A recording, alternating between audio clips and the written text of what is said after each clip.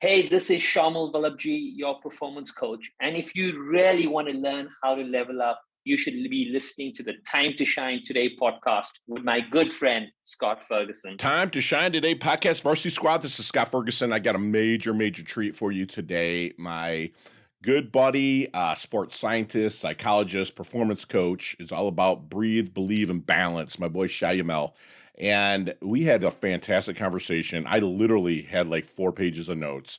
The knowledge nuggets this guy drops with regards to taking someone out of a slump, finding their consistency, flexing their banker's muscles. I'm getting way ahead of myself, but he has an awesome free giveaway at the end of this episode. So make sure you listen for what to put into any comments or links. So without further ado, here comes my really good friend, Shay. Awesome sports scientist, psychologist, performance coach. Let's level up. Time to Shine Today podcast, Varsity Squad. This is Scott Ferguson. And today we're all going to be talking all about healing the body and mind with science and spirituality. This is a huge get for Time to Shine Today. I got my good friend, Shayamal Vallabhjee. And that's the last time I'm going to say his last name, but it's Shayamal. He's an author of a kick-ass book, Breathe, Believe, a guide to self-discovery and healing. And if you wait till the end, I'm going to have a book giveaway. And Shayamal is overseas, but I'm going to see if there's a way I can get his John Hancock on the book so I can mail it out to the lucky listener. But Shayamal is a sports scientist with a double master's in clinical and organizational psychology. He's worked in the capacity of a high-performance coach to elite athletes, sports teams, and executives for more than 2 decades. Shayamal's work in peak performance and flow states blends evidence-based sports science, behavioral psychology, and ancestral wisdom. The guy is super smart, but he's also super laid back, super personable, fantastic communicator. It's what I strive to be every day, is the man that I'm interviewing right now. Shayamal, welcome Time to Shine Today podcast. And if you don't mind, introduce yourself to the Time to Shine Today podcast squad. But first, what's your favorite color and why? My favorite color is blue. It reminds me of the sky. It reminds me of the ocean. And it brings that sense of calm that we all need to remember and bring to the forefront of our mind in every single situation. So for me, so blue is calm. But Scotty, thank you so much for having me on Time to Shine. I'm really excited to be here. This is awesome. As well. I'm a sports scientist. I'm a psychologist. I'm the person who sort of helps athletes shatter the glass ceiling psychologically, physiologically. And I've been doing this for 20 years. So I'm hoping that over the next 20 odd minutes, we get to peel away the layers of some of the secrets that I've got. I can learn something from you guys. You can learn from me, and we can come together and support each other in this journey of growth.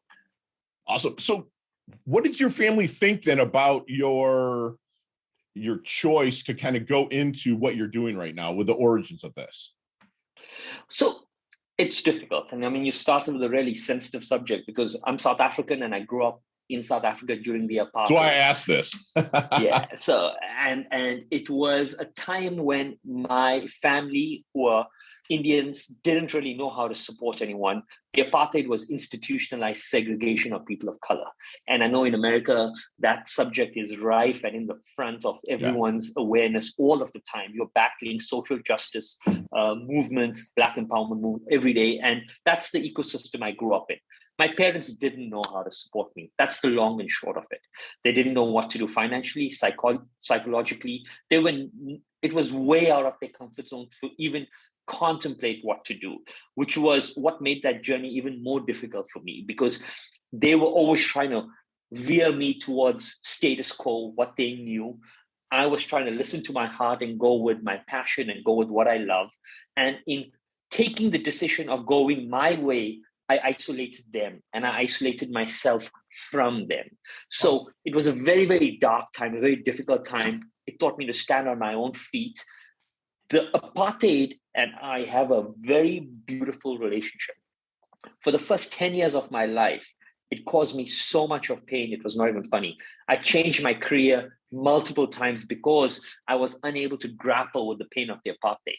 Right. But it's after 20 years that I realized that it also instilled in me a work ethic that's second to none. And I think every person of color anywhere in the world knows this. No matter what job you're in, whether you're in finance, whether you're in banking, whether you're in sport, whether you're in education, you seem to have to do just a little bit more to show up and get the same opportunity. Love it. And that's the work ethic that I'm talking about that discrimination does.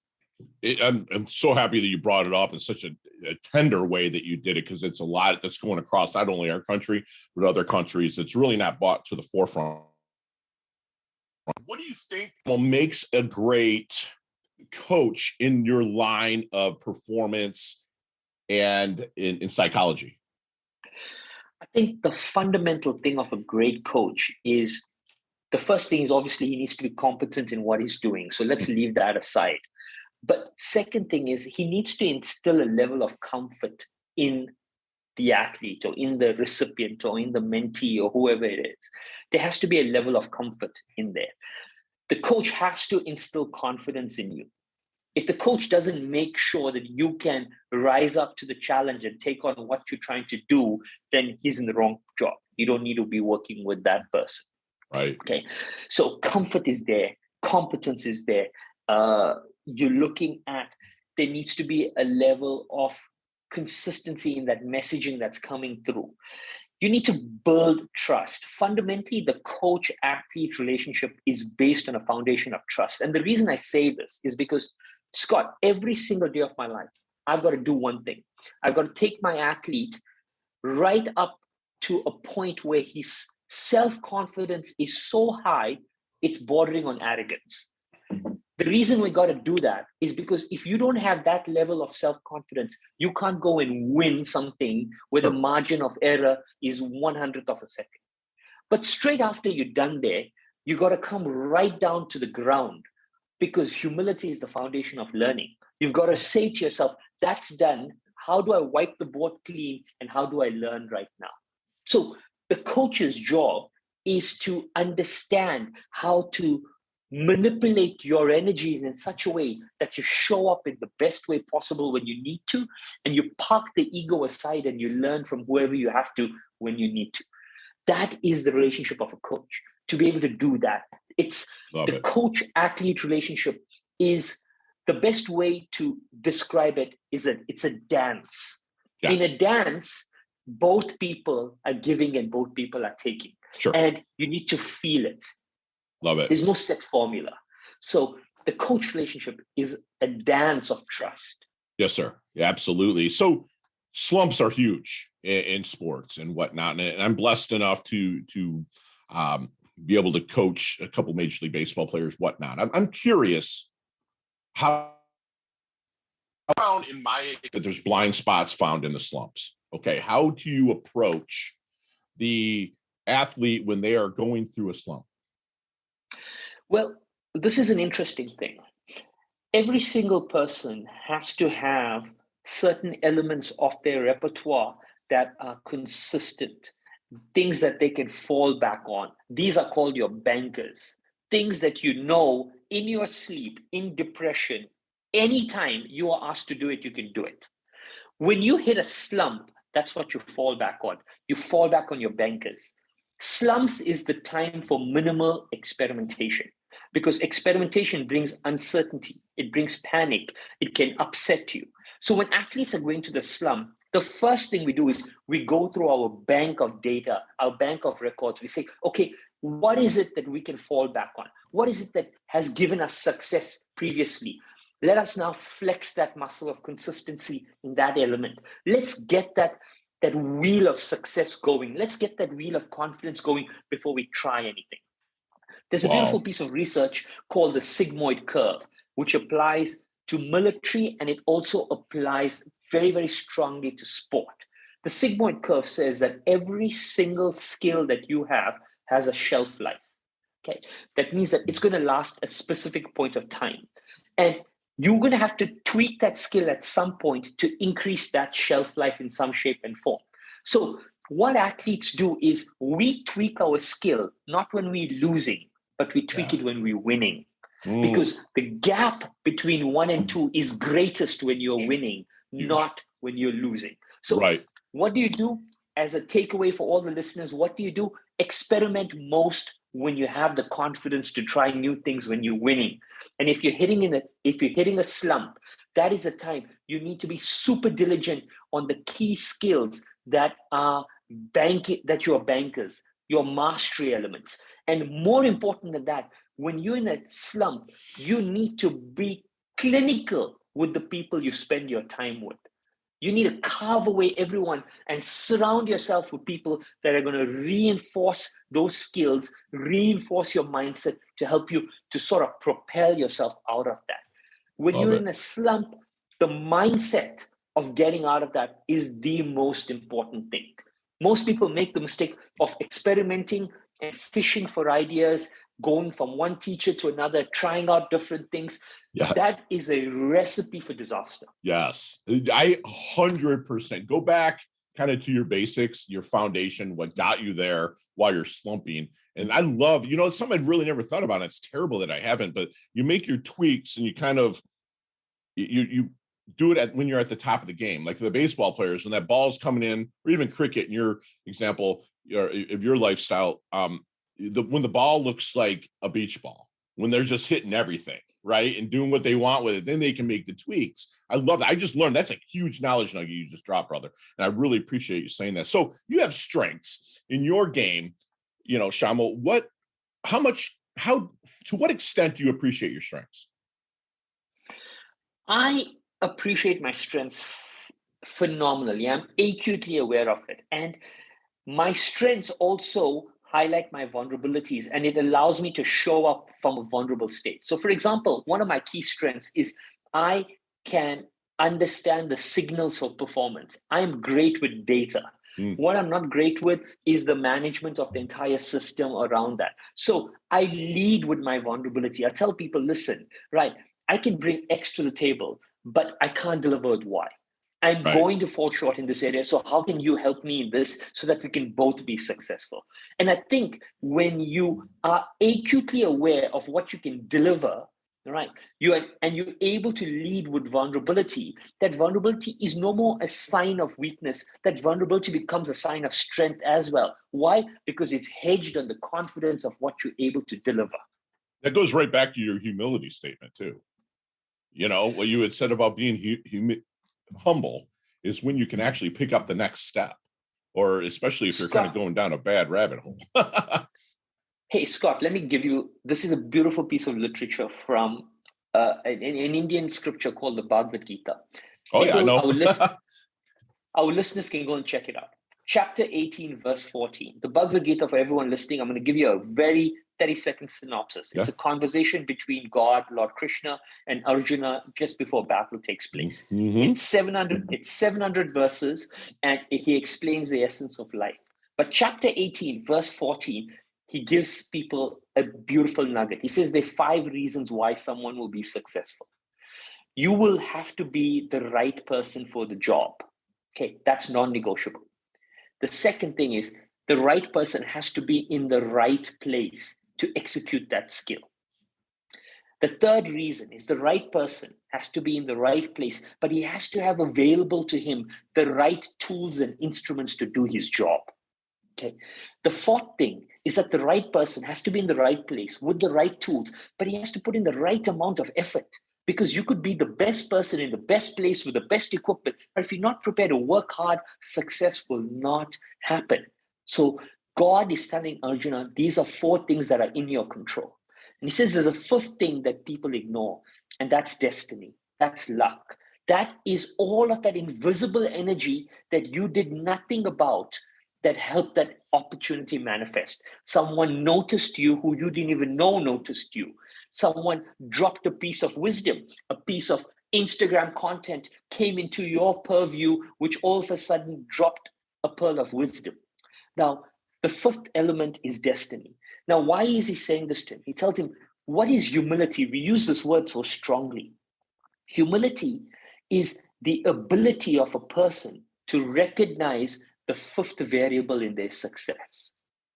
Wow. And ego is an inability to recognize the 5th variable in your success. So if you think you got a big ego, the reason why you have a big ego is because all you're doing is you're thinking, I'm the right person, I'm working really hard, I've got the great tools, I. And you're unable to see that in all of those I's, some invisible magic was at play that brought it all together. And squad, go back to January 6th. Go to Shayamal's Facebook fan page, which will be in the show notes. What he's talked about right now, it says that when I stripped away the need to show up, embrace, allow the world to spare vulnerable state, that this information finally become wisdom. And that is just exactly what he said. So this is a guy that walks the walk, talks the talk, and does it all in tune. That's right now, those knowledge nuggets you just dropped. I hope you took some freaking notes, because that was just pure hustle muscle right there. That's fantastic. So Shayamal, let me ask you something. Have you seen the movie Back to the Future? Yes. Okay, let's get in that DeLorean with Marty McFly, man. Let's go back to Double Deuce, 22-year-old Shayamal. Okay, what kind of knowledge nuggets, we call him here, what kind of knowledge nuggets are you dropping on the 22-year-old Shayamal that maybe will help him level up, break through, or shorten that learning curve just a little bit? Yeah, the first and most important nugget, and I'm sorry that I'm going to speak from the lens of a person of color. Sure. The one thing that I struggled with my whole life, Scotty, was that because I came from a background of discrimination and disadvantage, I always felt that I wasn't good enough and I had to do more. I always felt I had to have another degree, I had to have another hour of experience, I had to find another mentor, I had to do anything. And the truth is that all of the knowledge that you need, everything you need is already with you, right? You can learn on the job. There's nothing wrong with growing and learning as it is. And I self-sabotage my own growth for a decade by thinking I wasn't good enough and I needed to do more to show up. The first thing I would tell my 22-year-old self is that, yes, you will learn every single day of your life, but you're good enough to start right now. Yes. Right? Change the self-talk. I tell people every day, you are where you are because of the self-talk you tell yourself. Yes. Whether you are flying or whether you are stuck, it comes down to the words you use every single day to yourself. Because you know what? You're never going to succeed 100% of the time. You know, positive thinking doesn't work 100% of the time. But what does work 100% of the time is negative thinking, period. And so when you have that self-talk that's there, that's amazing. And it's funny you read that, because I'm rereading Chad Helmstedter's What You Say When You Talk to Yourself, but literally right now. I read it at the beginning of every year. It was written in 1982, but it's just, again, it works up the self-talk. What I said, thank you for saying that, brother. So, Shayamal, how do you want your dash remembered? That little line in between your incarnation date and your expiration date, your life date and death date on a tombstone, if you will. How do you want that little dash remembered? I would love my dash to be remembered as someone who showed up with kindness and compassion, someone who gave off 100%, and someone who never forgot the people behind him every step he took forward. That's what I would like my dash to be. Dude, and you're going to slide across home plate, literally bumped and bruised, but you're going to be taking a whole squad of people that really helps you level up, man. That's awesome. Yeah. So what do you think people misunderstand the most about Shayamal? I think the thing they misunderstand is that because I'm a performance coach, I tend to be sometimes a little hard in my approach. I tend to be very data driven and very this thing. And the element, my journey for 22 is to bring the softness more to the front and lead with the heart, not with the head. My journey for the last 10 years has been rationalizing everything. And I read a beautiful quote by the American Indians that said the longest journey a person will embark on is the journey from the head to the heart. Yes. So Scotty, that's where I am right now. I am hoping to wipe slate the clean of the old Shayamal and be the new Shayamal that teaches performance from the heart. Right. Teaches performance that's soft, performance that's kind, performance that's filled with love, and not necessarily performance that needs chop everyone at the knees to get ahead, stand on someone else's shoulders. Don't sacrifice family. You don't have to hustle 24/7. There's a level of contentment that comes with love and kindness. And that's the performance coach I want to be. That's the journey that I'm on right now. Wow. The level of contentment that comes with love and kindness. I'm writing that down. That because I am that guy.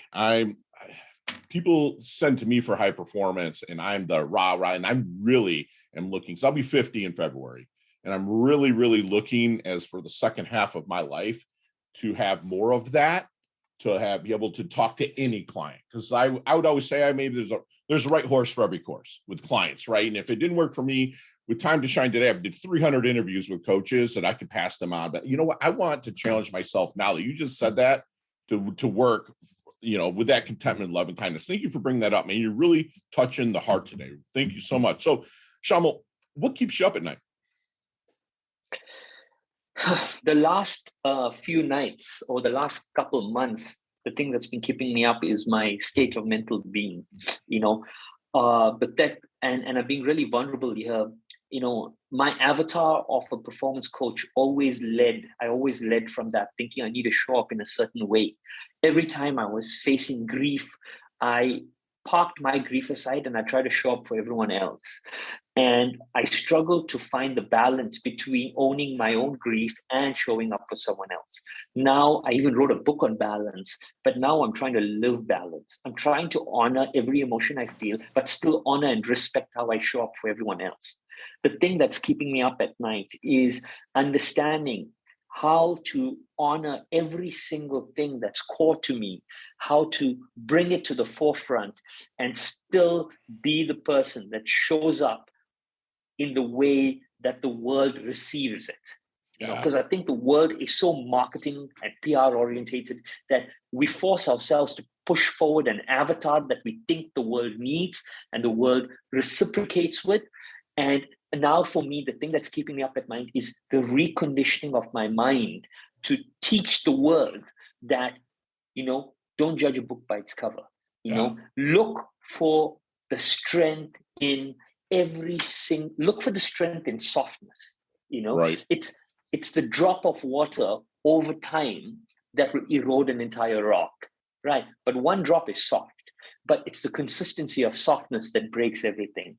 And that's what I'm trying to bring forward. The thing that's keeping me up at night is how can I be consistently soft enough so that one day I'm able to shatter the rock hard beliefs that are taking people in the wrong direction. Wow. That you were getting really deep this year. It seems like you might have went through a lot of growth in the past year, even though you've been doing this for 20, 25 years. That's fantastic. So let's take out of this equation any laptop, anything electronical. What are 3 things that Shayamal can't live without? I can't live without my breath work in the morning. It's my stillness.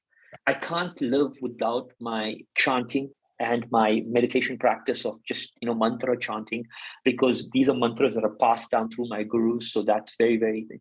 And the thing that I cannot live with is right now, I cannot live with connections or a disrupted relationship with family. I invest energy every single day. I speak to my parents every day. I speak to my brothers every day. And because I keep telling someone, Scotty, I'll tell you this. I work with some big CEOs and big athletes, and I tell people the first thing I coach when people come to me as a performance coach, I don't even look at your body. I don't even look at your mindset. I look at your family relationships. I said, because my job is to make you the number one in the world. And when you get to number one in the world and you're standing on a stage with 100,000 people looking at you, at the back of your mind, you don't want to be thinking that I disregarded my own family to get here. Wow. Right? That will eat you up alive. So the first thing we're going to do is we're going to heal your family. We're going to make sure that you make every effort to do it. And if it's not reciprocated, that's fine, but it should not stop with you.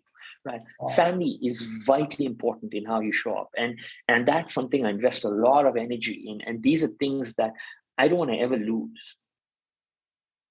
And I really do. Sharing that vulnerability with the squad. Time to Shine Today podcast Varsity Squad. We are back with my awesome sauce friend, coach, author, speaker, high performance coach, Shayamal here. And Shayamal, we are going to take you through our leveling up lightning round. You and I literally could talk 2 hours on each one of these questions, but you got 5 seconds to answer. Okay. So like 8, 9, 10. I actually threw a couple more in for you, but we got just 8 or 9, 10 questions and just answer them. They all can be answered that quick, but with no explanations. You ready to rock? Ready to go. Let's all right, let's level up. What's the best leveling up advice Shayamal's ever received? Express gratitude at all times. Love it. Share one of your personal habits that contributes to your success. Sleeping on time every single day. Here you go. Love it. That's something I'm working on as well. So you see me, man, you're like, Fergie, man, he looks like he's in his doldrums, man. He's walking, he's slumped, he's just not there. Other than your book, what book would you hand me? 7 Habits of Highly Effective People. Covey? Love it. Love it, love it, love it. What's your most commonly used emoji when you text? Heart. Heart, love it. Any nicknames growing up? Veg. Veg? Really? Veg for vegetarian. Love it, love it. Did you make any New Year's resolutions? No resolutions this Perfect. year. Yeah. Best compliment you ever received? You always show up with kindness. Yes, that's true. From what I know you now, chess or checkers? Checkers. Love it. And thank you. I thought you were going to say chess for sure, but I'm a checkers guy too. What's your favorite charity and organization you like to give your time or money to? I'm with ISKCON, so Food for Life, where we offer food to people underprivileged. Get that. We serve more than 1 million plates a day. Love that. Thank you for doing that. And Donnie, get that in the show notes, please. Thank you. Awesome. Last question. You can elaborate on this one, Shayamal, but what is the best decade of music? 60s, 70s, 80s, or 90s? I'm going to have to say 80s. How old are you? Do you mind me asking? I'm 42. Okay, so we're in the same genre. All right. So let me ask you this. If you could go back and be physically, don't lie to me on this one, my friend. If you could be physically one age for the rest of your life, keep the wisdom you garnered and continue to gain wisdom, what age would you stay physically? Right now, I would pick the current age that I am. Okay. 42 is a good age. I say 34, 35, just because I could get out of bed and be, because I'm on my Ashtanga mat, 4 mornings a week. I do what I need to do, but it just was a lot easier to do it then. And if I knew, I could just keep going. I love it. I love it. So how can we find you, brother? Hey, you can find me on Instagram at Shayamal, Shayamal. And then they're all links to everything there. You can subscribe to a lovely newsletter that I put out every single Thursday where I give you a story from sport with a lesson that you can learn from it, a digital toolkit and a journal prompt, which I'm using for that week. So I'll break it down. Then obviously I have a few videos on YouTube and Twitter. Just a few. So you can catch me on pretty much any social media platform, and I respond to most messages. So yeah, excellent. But be kind. Everyone should be kind. I ignore all negativity. Yes, I love that. And yes, be kind, people, when you're in the threads. And so he wrote a book called Breathe, Believe, a guide to self-discovery and healing. It looks like it came back during the lockdowns during COVID and whatnot. It's a great book to bring out then. Thank you for doing that, Shayamal. I have not squatted. Usually I read the books before, but like a dum-dum, I didn't on this one. But I am going to buy it today and get it read. And we're going to do a giveaway. And if you put in any of the social comments, Instagram, Pinterest, LinkedIn, anywhere, breath is life. I'm going to figure out a way. Just put breath is life. We'll find a way for Shayamal to autograph it to you, and we'll get it mailed out. I'll purchase the book. If Shayamal, you can just find a way to get postage on it, and mail it out. That would be awesome, man. Hey, Scotty, we can do one thing. You'll get me an address, and I'll send 3 copies signed from my side, which you can give away to guys. Thank you, man. So there are 3 signed copies coming from my side, and that doesn't include your copy, so don't worry. Okay. A signed copy for you. So get me an address, and to the listeners, 3 people who comment in whatever shape and form that you want to, we'll get them. Thank you so much, man. I'm super grateful for that. And Shayamal, can you do me a favor? Because I kept you a little long here, but can you please leave us with one last knowledge nugget you want us to take with us, internalize, and take action on? Yeah. There's something called the Bannister effect in sport, which I always talk about. The Bannister effect was when Roger Bannister broke the 4-minute mile, I think in 1964. 2 months after that, it was broken again. So my advice to everyone is, no matter what you want in life, look for one person who's already done it, because there's a good chance someone's already done it. And when you look at them, be grateful for them because they've shown you that it can be done. Right? Let their achievement inspire you. Let it bring gratitude into your life. and let you know that whatever you want to do is not impossible. It's been done. And you are going to be one of many people who are going to get there. I love that you say that, because I guarantee sometime on earth, whether it was back in the Greek Olympics or some other time, someone blew away a 4-minute mile. You know what I'm saying? It's like it probably happened, just was never documented. Once it was documented, that mindset just goes, thank you for saying that, and be grateful for the people that attain, because a lot of people will become haters in a sense for someone to accomplish something instead of being grateful for it. I mean, there's people that I compete with in my business, and once I started being grateful for them, it was it, man. My whole life leveled up.